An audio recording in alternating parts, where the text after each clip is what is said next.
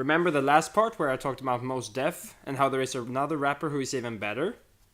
Well, here is my favorite album so far from my favorite hip-hop artist, A$AP Rock.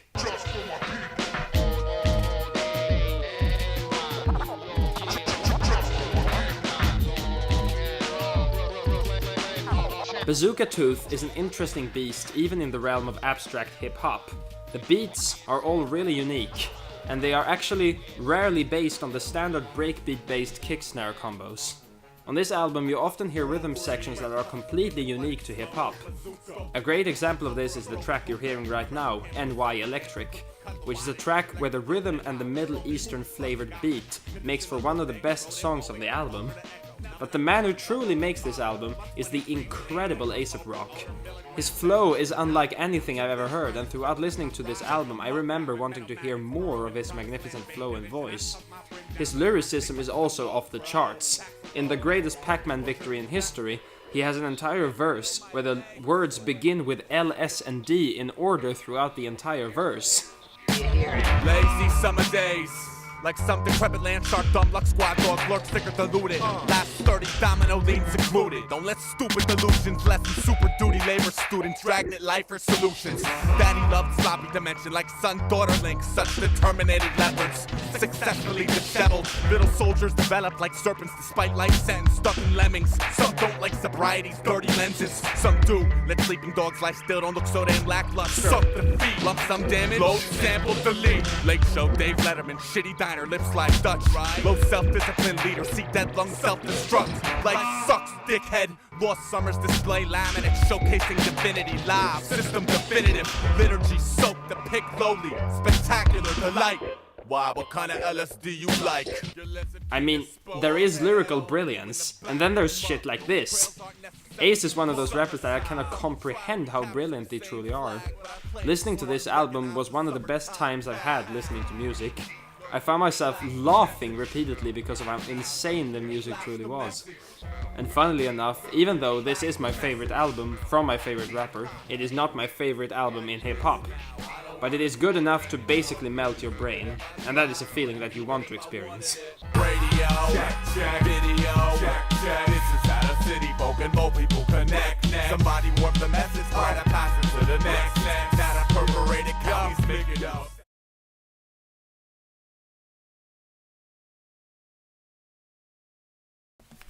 In the genre of progressive rock, one of my favorite bands are Gentle Giant, and this is my favorite album from them, Free Hand.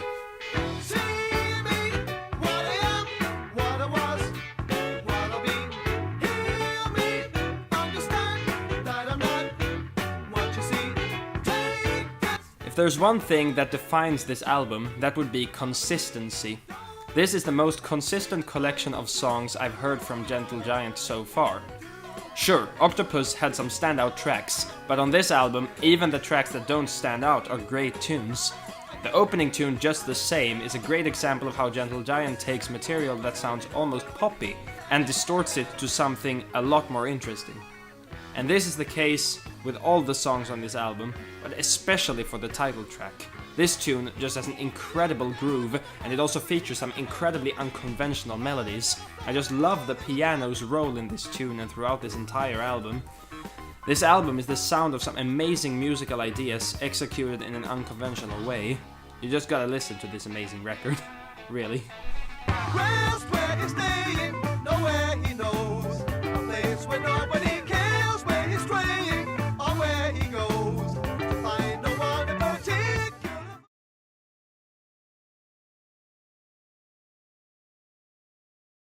Now I'm going to talk about an album from a genre that I haven't talked about at all so far, but it is definitely one of my favorite genres of music.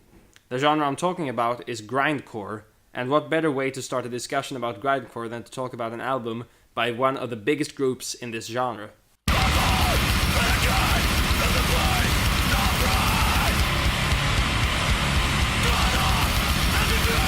There couldn't be a more fitting name for this album. There is no other way to describe this than 13 minutes of pure, untethered sonic mayhem. This is some of the harshest music I know in the metal and punk genres, and I absolutely love it for that reason. It's always hard to pick standout tracks for a grindcore album because it is often so short that the individual tunes really get lost in the album. And if I'm going to talk about that, there are two standout tunes on this album. The first one is the opening tune, Conform. It starts off the album perfectly and also shows off one of the biggest strengths of this album, the extremely fat guitar tone. On this album, the guitar sounds like sonic hammers pounding your eardrums in the best way possible. These are probably some of the best guitars I've ever heard. The second standout tune is Your God, where the usage of high-pitched guitar feedback is used in the best way possible to create a tune that just makes you go, holy shit. It's hard to describe why this album is so amazing, but if you like your music rough, you need to hear this as soon as possible. It's only 13 minutes long, so you're really missing out if you don't check it out.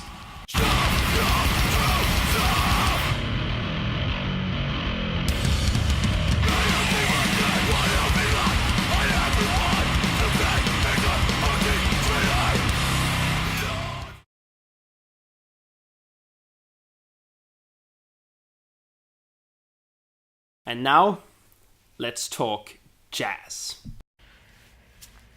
Jazz. No, not that kind of jazz. I need something a bit older.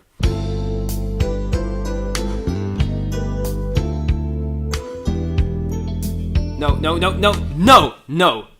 Anything. I'll listen to anything you want. Just, please, no smooth jazz. Thank you. What's this? Really old jazz music. From 1956? Well, it can't be worse than smooth jazz at least.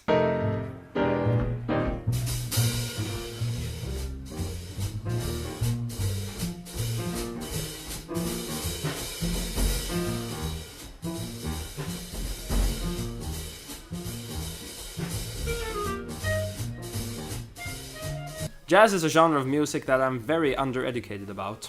I haven't listened much to jazz at all, and overall I think I need more jazz in my life. However, I know a good album when I hear one, and Duke Ellington's Ellington at Newport is definitely one of them.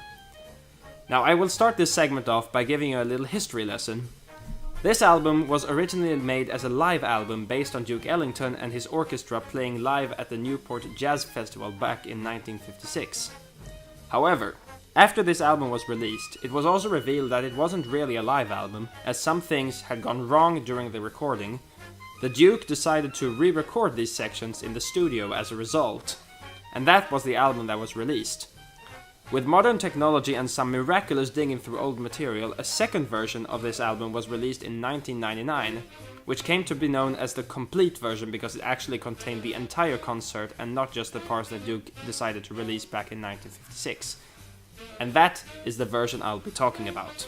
Now, the first thing to note about this album is that this is one of the few live albums that truly feels like a live experience. The speeches added in between the different songs really add to the immersion of the album. It really feels like you are at the Newport Festival listening to jazz.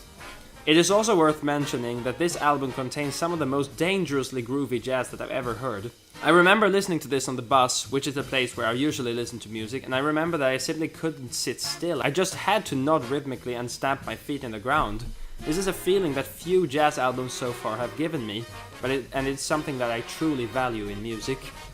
And the tunes are incredible on this album, but the standout tune that I have to talk about is Diminuendo and Crescendo in Blue, which is just a 14-minute jazz experience. I cannot describe how incredible this tune is, so just go and listen to it, and check out the entire album when you're on it. It's hard to find live albums this immersive, and even harder to find immersive live albums of this quality.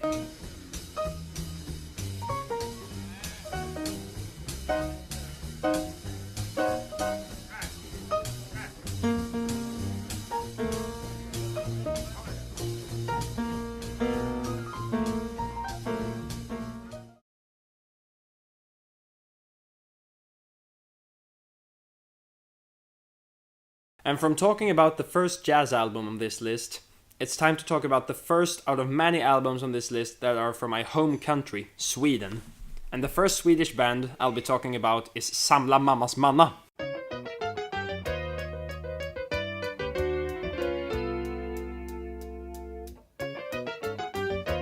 This is a style of music known as rock in opposition, which is basically progressive rock taken to a logical extreme. I guess you could say that this is closely related to Joule, but that is a genre I will get to later. For now, we have the best Swedish album in progressive rock that I've heard, Familjesprickor. Fem holmgångar is really one of the best ways to start an album that you could think of.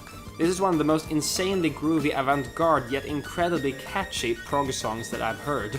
It is one of those songs that I could just listen to for hours because of how good it is. The piano is incredible in this tune. It really catches the fast grooves feeling in a way that I don't think another instrument would be able to do. Another thing this song catches is how incredible the drums are on this entire album. Not only is the drummer technically gifted as shown in the first tune, he is also perfectly capable of changing his style based on the tune in question, as shown in the tune Trälen, which is probably the most adventurous song on this entire album. This song wouldn't feel weird on a drone record. Another song worth mentioning is the wonderful Smedjan, which means the forge.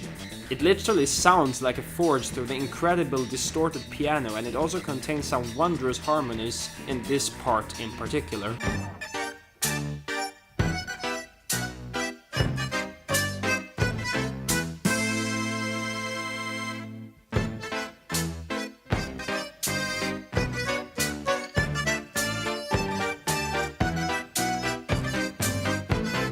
If you're looking for 43 minutes of incredibly adventurous progressive rock, this is the album for you.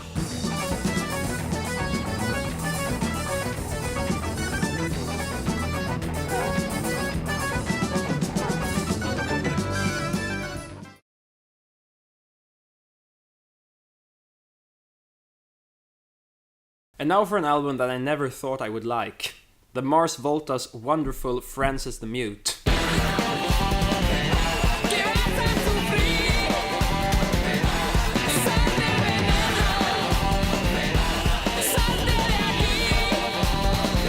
Let's begin by mentioning that I know nothing about the concept behind this album, or the story, or anything at all. All I know is that the music on this album is absolutely incredible.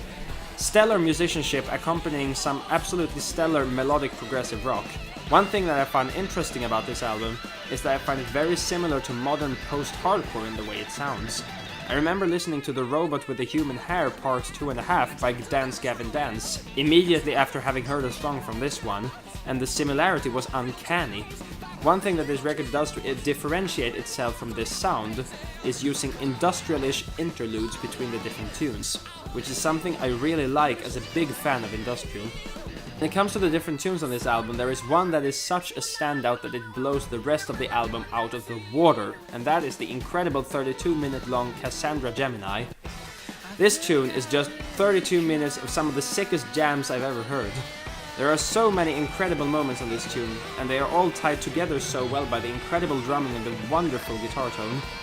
Because one thing this album does a lot is quick guitar noodling, which is something that I usually dislike.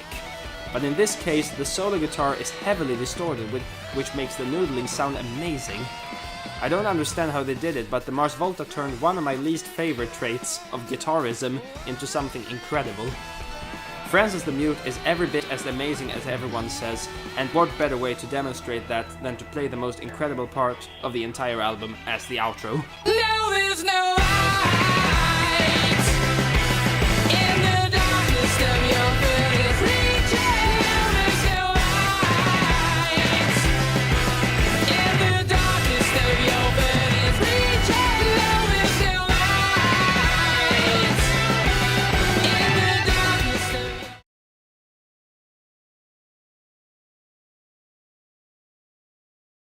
Remember when I talked about how Magical Mystery Tour was a soundtrack to a film that I'd never seen? Well, the same goes for this incredible album, by one of the people starring in this film. The movie in question is Drawing Restraint 9, and the music is by none other than Björk.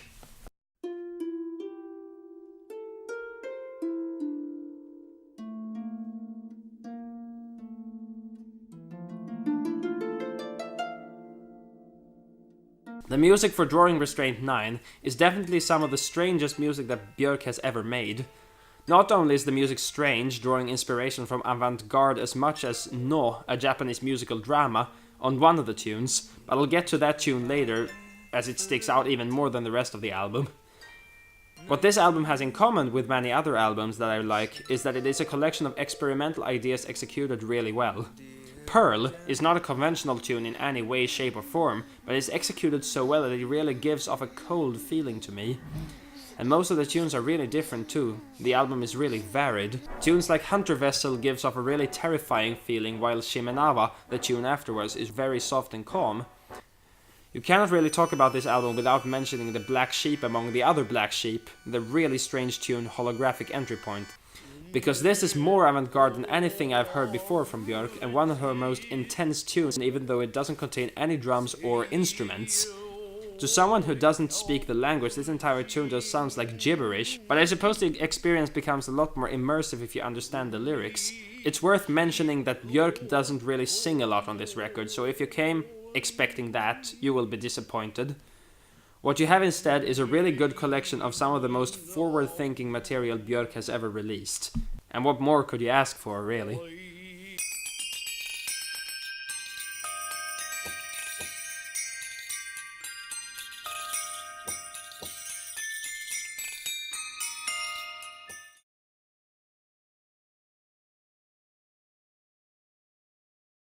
Like the Beatles, this is an artist that I'm not going to mention a lot on this list, but the albums that I do mention are absolutely incredible, and this time the artist in question is the infamous Afix Twin.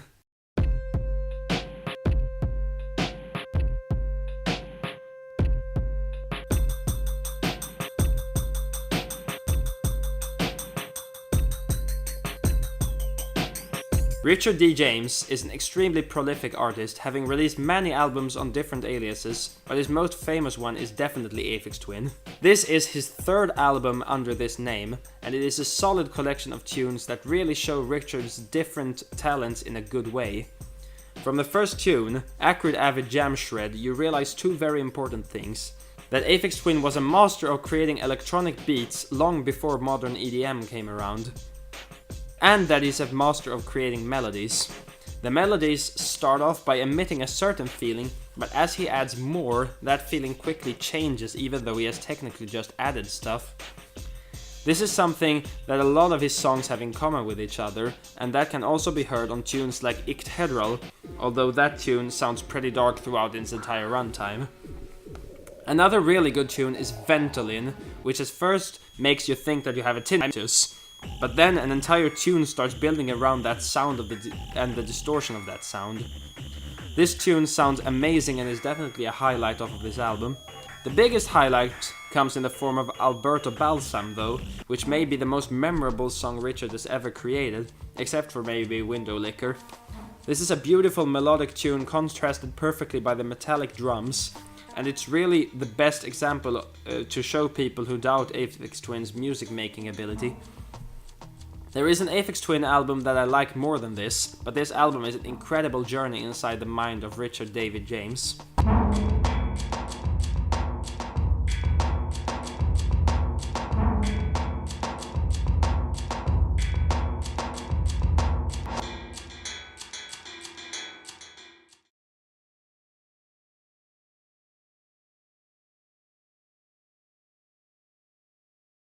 In the realm of industrial music, few artists have been as interesting as Current 93.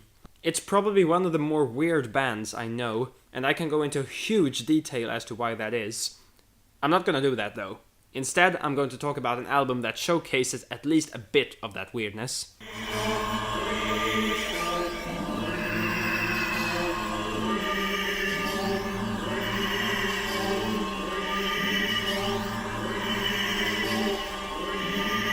Dog's Blood Rising is the definitive highlight of the early sound of Current 93. If I had to use one word to describe this album, I would probably use the word eerie, because that is the feeling I get from this album. There is something very unholy about this album, which is ironic, considering that David Tibet is and has always been a Christian. Knowing that somehow makes the album even creepier, because that makes you think that of the Spanish Inquisition and things like that. And I wouldn't really expect the Spanish Inquisition here. I'm not gonna make that joke here, I just thought it would be fun to use that reference. So anyways, the title of the tune, Falling Back in Fields of Rape, is enough to make you imagine terrible things, and the tune itself more than makes up for the expectations it builds. The use of a child's voice really adds to the atmosphere, and even though the song sounds very distinctly industrial, it manages to create a haunting feeling without being reminiscent of factories and things that would usually be related to industrial music.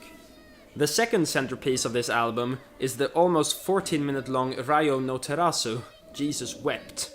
And you will hear a lot of that last phrase in this song, as David Tibet in this song delivers some of his most possessed vocal sections so far in their discography. This also highlights something really important about Current 93 as a band, which is that there is a very simple factor that determines if you will like the music or not, and that is David Tibet himself. For how much I really love Current 93 and Tibet, I cannot recommend them to everyone. It is one of those bands where disliking the vocalist can truly ruin the entire experience, and it feels like some people will like the vocals, but some other people will dislike them, which is really interesting. Other bands don't really have this. I can ignore most of James LaBrie's vocals in Dream Theater and listen to the music instead, but you don't really have that option with Tibet's overwhelming presence. If you like what you've heard from him in this section, go check out Current 93 now. You will not be disappointed. I had the pleasure of watching Current 93 live very recently, and that's where I got this amazing shirt. So, that's really good. And if Current 93 is nearby, you should really go check him out. It was a really fun experience.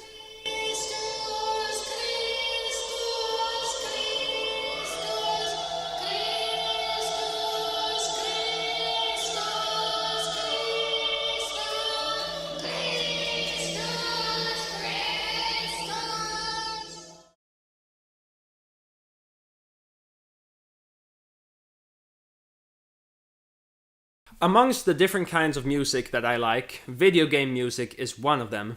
So that is something that you're gonna see popping up a lot on this list.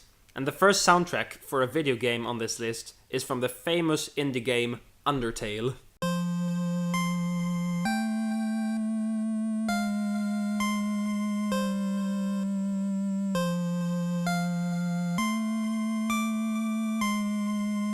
Undertale is a very interesting game.